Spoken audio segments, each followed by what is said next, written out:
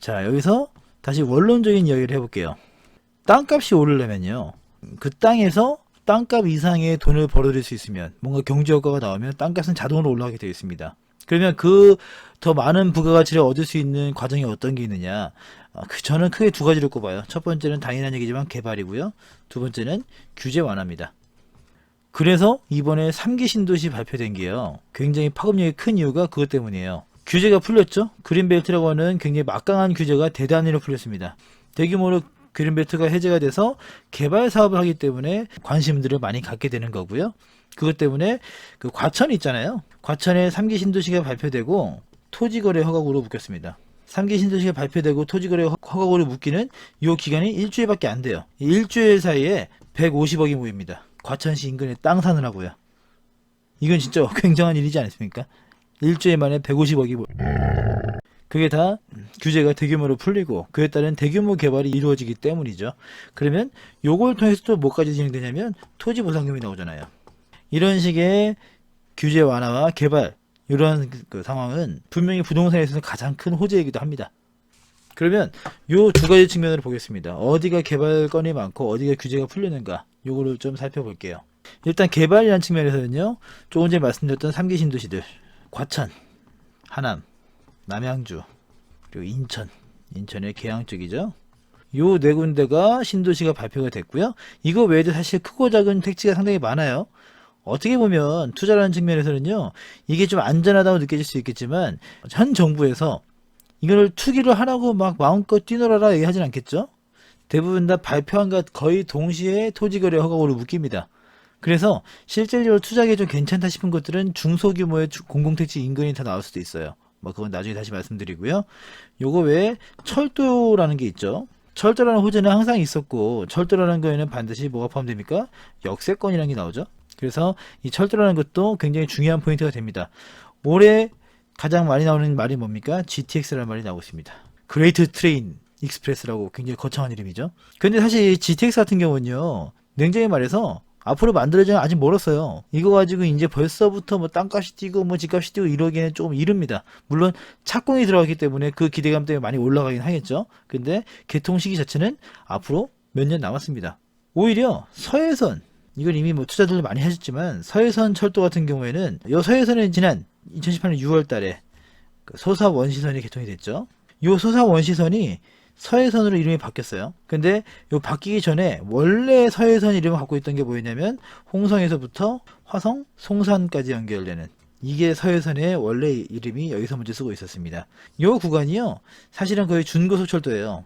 시속 250km 이상이죠. 2019년 6월에 완공이에요. 완공하고, 완공한다고 바로 개통은 아니죠. 시운전 통해서 12월에 개통 예정입니다. 이건 예정이고요. 사실 2019년 12월 31일 날 뭐 이런 식의 개통이기 때문에 그냥 2020년 초라고 보는 게 마음 편할 겁니다. 국가 개발 사업이 사실은 이렇게 딱딱 맞춰서 진행되는 경우는 많지는 않더라고요. 특히 이때는 또 겨울이라서 또 뭔가 변수가 있을지도 모르겠죠. 자, 아무튼 그러면 GTX 같은 경우는 노선들이 이미 예전부터 나와 있었고, 그리고 이 역사도 같은 경우는 대부분 다 이제 도심 한복판에 있는 경우가 많습니다. 동탄이니 뭐 삼성이니, 그죠? 이런 부분들은 대부분 다 도심 안쪽에 있기 때문에 토지 투자 측면에서 GTX 역세권을 보기 쉽지는 않습니다. 여기는 뭐 아파트라든가 상가라든가 이런 측면으로 접근을 하는 게 맞겠죠. 근데 서해선 같은 경우는 그 해당 역사들 가면 아직까지도 주변에 역세권이라든가 이렇게 할 만한 지역들은 별로 없어요. 뭐 제일 유명한 송산이라든가, 그리고 안중이라든가 향남 같은 경우는 이제 향남 신도시 안쪽에 있죠. 근데 뭐 안중, 송산, 합덕 이런 데 같은 경우는 아직까지도 그냥 가면 다 공사판에 개발 중이지만 뭔가 상권이 만들어질 거나 그렇지는 않습니다. 그래서 서해선 같은 경우 토지 투자 측면에서는 더 경쟁력이 있겠죠. 철도에 대한 호재가 있다고 하면 당연히 도로에 대한 부분도 있습니다. 그리고 뭐 일반 도로 이런 것보다는 도로 같은 경우는 아무래도 고속도로가 더 파급력이 있을 겁니다. 고속도로 먼저 만들어주고 그 인근을 활성화시킨 다음에 개발을 하고 난 다음에 철도를 연결하는 게 기본적인 방향이기 때문에 이 고속도로 같은 경우는 더 먼저 움직이고 더 빠르게 움직이고 그만큼 정보의 중요성이 되게 중요한 투자이기도 합니다. 특히 고속도로의 IC 인근 같은 경우에는요, 역세권이랑 크게 다를 게 없습니다만 역세권처럼 뭔가 명칭이 정확히 있다던가 관련 특별법이 있다던가 이런 게 아니기 때문에 이거는 그냥 아는 사람만 투자를 하죠. 정보가 굉장히 중요한 투자처이기도 합니다. 어중간하게 투자했다가는 그냥 묶여버리는 경우도 많으니까. 요 고스로 같은 경우에는요, 올 한해 이제 좀 중요하게 볼 만한 게 역시 제2 외곽순환도로. 작년까지 해서요, 거의 대부분의 구간들이 진행이 되고 있고요. 그리고 제2 경부라고 불리고 있는 서울 세종고속도로. 요거는 그 서울에서 안성까지는 2022년 개통이고요. 나머지는 2024년 개통입니다. 이것도 그나마 좀 땡긴 거예요. 이 정도는 아직 멀었네 싶겠지만 2022년 완공하려면 이제 올해부터 본격적으로 들어가야 됩니다. 공사들이. 보상금은 이미 작년부터 풀리고 있었고요. 올해부터 좀 빠르게 진행돼서 어느 정도 기초 공사가 되어야 2022년 개통까지 볼 수 있겠죠. 그러면 요 제2 외곽순환도로와 제2 경부를 따라서 굉장히 좀 많은 개발축들이 이동을 할 거라고 보여지고 있어요. 왜냐면 그 이전에 이미 외곽순환도로와 그리고 경부고속도로를 축으로 해서 굉장히 많은 개발이 이루어졌기 때문에 이 개발축이 포화되면서 이쪽으로 축이 이동된단 말이죠. 그러면 크게 봤을 때, 길게 봤을 때는 이쪽에 대한 투자도 굉장히 고려를 해야 되는 그런 상황입니다. 다음은 규제 완화라는 측면을 보겠습니다. 규제 완화의 어쨌든 첫 번째는 누가 뭐래도 그린벨트 해제예요. 근데 여기서 지금까지는 좀 다른 측면이 뭐가 있냐면, 그린벨트라는 거는 사실은 이름만 들으면 뭐 그린이니까 환경을 위해 이런 게 좀 있겠지만, 사실 원래 적용 목적은 그냥 개발 제한구역이죠.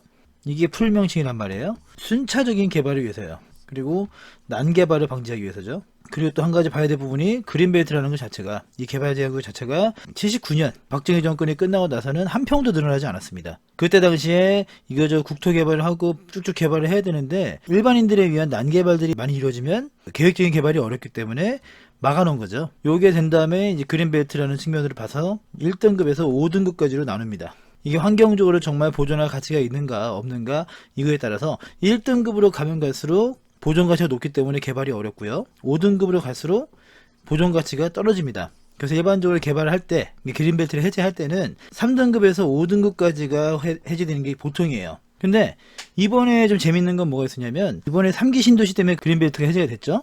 근데 요 지역에 있는 그린벨트 같은 경우는 2등급도 상당히 많습니다. 일부는 1등급도 포함이 되고요. 규제 등급이 높은 그린벨트까지 해제해서 개발을 한다는 그런 얘기입니다. 이전까지 그린벨트는 어떤 거는 안 돼, 이런 것들은 안 풀려 라고 얘기했던 것들이 사실 많이 깨지는 그런 부분들입니다. 근데 여기에서 좀 조심하셔야 되는 게, 이게 그린벨트가 풀리니까 주변도 다 풀리고 이런 개념은 아니에요. 해제가 되면 오히려 그 인근 같은 경우는 조금 위험할 수 있습니다. 그린벨트가 해제될 때 일단 중앙정부에서 푸는 게 있고요. 그리고 지자체에서 푸는 게 있어요. 중앙정부에서 푸는 것도 지자체에서 푸는 것도 둘 다 한도가 있죠. 카드처럼 한도라는 게 있습니다. 아무렇게나 막 풀 수 있는 게 아니에요. 그래서 이렇게 그린벨트를 해제할 때 굉장히 좀 신중하게 검토를 합니다. 지자체 같은 경우도요, 시장 같은 경우에 한 번에 풀 수 있는 게 30만 제곱미터, 9만 평 정도죠. 요거를 자기 직권으로 풀 수가 있어요. 그래서 이것도 한도가 있기 때문에 좀 신중하게 진행을 합니다. 자, 그렇다는 얘기는 뭐냐면, 그 그린벨트가 굉장히 대규모로 풀리죠. 3기 신도시 같은 경우에 대규모로 풀리게 되면 그 인근 땅들이 그린벨트가 해제되기가 사실 쉽지 않다는 얘기예요. 예를 들어서 중앙정부에서 과천, 하남, 남양주, 그리고 인천, 계양 그 지역들의 그린벨트가 대규모로 풀어줬으면 과천시장과 인천시장, 하남시장, 그리고 남양주시장 이쪽 사람들은 자기 직권으로 그 인근에다가 그린벨트 풀어서 개발을 해야겠다는 생각을 하겠죠. 왜? 중앙정부에서 그 인근을 새롭게 개발을 해주면 그 인근을 또 추가적인 개발을 해줘야 그 일대가 활성화되니까요. 그러면 그 인근의 그린벨트 풀릴 걸 기대하고 투자할 때는 입지 여건을 굉장히 많이 따져야 될 겁니다. 그린벨트가 어디부터 우선 풀리는지에 대해서는 다음 시간에 다시 한번 짚고 넘어가도록 하겠습니다. 그래서 결과적으로 지금 그린벨트 해제라는 부분은 굉장히 큰 이슈가 되고 있어요. 이것 때문에 인근 땅값도 엄청나게 많이 올라가고 있고요. 그리고 얼마 전에 서울시에서요, 미관지구라는 걸 해제했죠. 53년 만에 전면 폐지라는 수순을 걷고 있습니다. 이제 일부 남는 거는 경관지구로 대체가 되고요.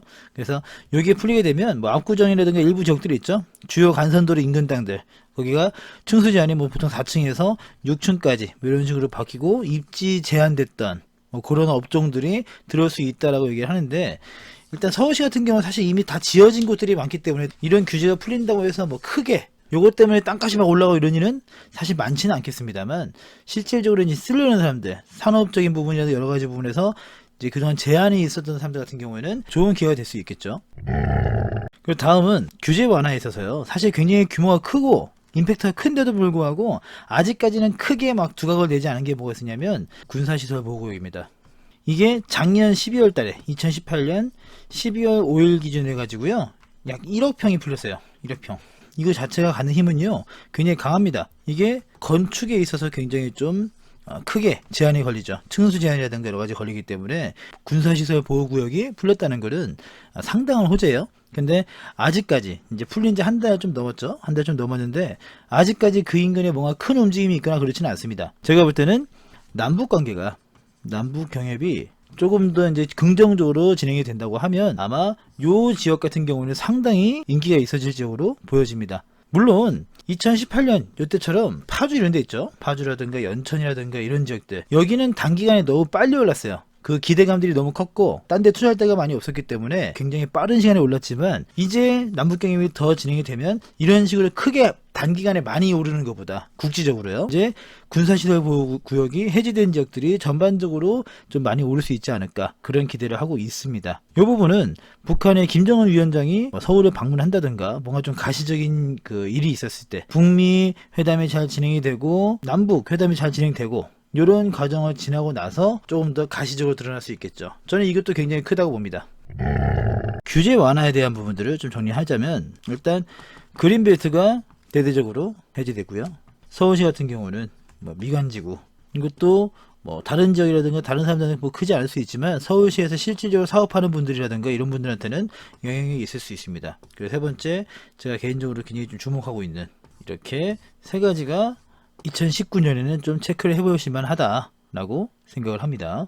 자, 그러면 아까 이제 개발 쪽이랑 그리고 규제 완화 요거 측면에서요. 3기 신도시가 이거의 절정이라고 볼 수 있겠죠. 대규모의 그린벨트가 해제가 되고요. 거기다가 신도시급 개발이 진행됩니다. 그리고 이에 따른 토지보상금이 어마어마하게 풀리죠. 이 영향력 자체가 굉장히 클 거예요. 그린벨트가 해제되면서 신도시급 개발이 진행되고 토지보상금이 풀리게 되면서 그 인근 부동산 시장으로 영향을 미치겠죠. 이게 이제 당장 여기가 뭐 올해 말에 풀리고 이런 개념은 아니지만 이런 기대감들이 다 쌓이면서 인근의 투자처가 굉장히 주목을 받게 될 겁니다. 자, 이때 조심하셔야 되는 게 투자의 방향을 정확히 설정하셔야 돼요.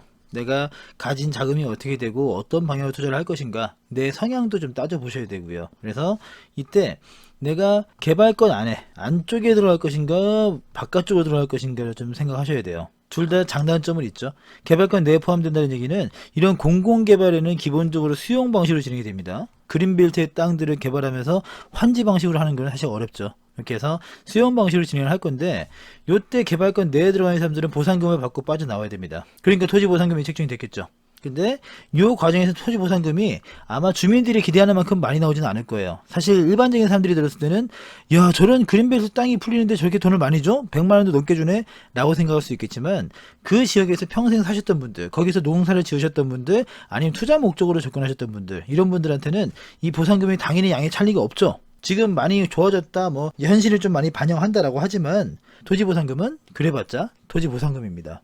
그러면 내가 여기 안에 투자를 한다고 했을 때 개발권 안에 투자한다고 했을 때 최대 장점은 뭡니까?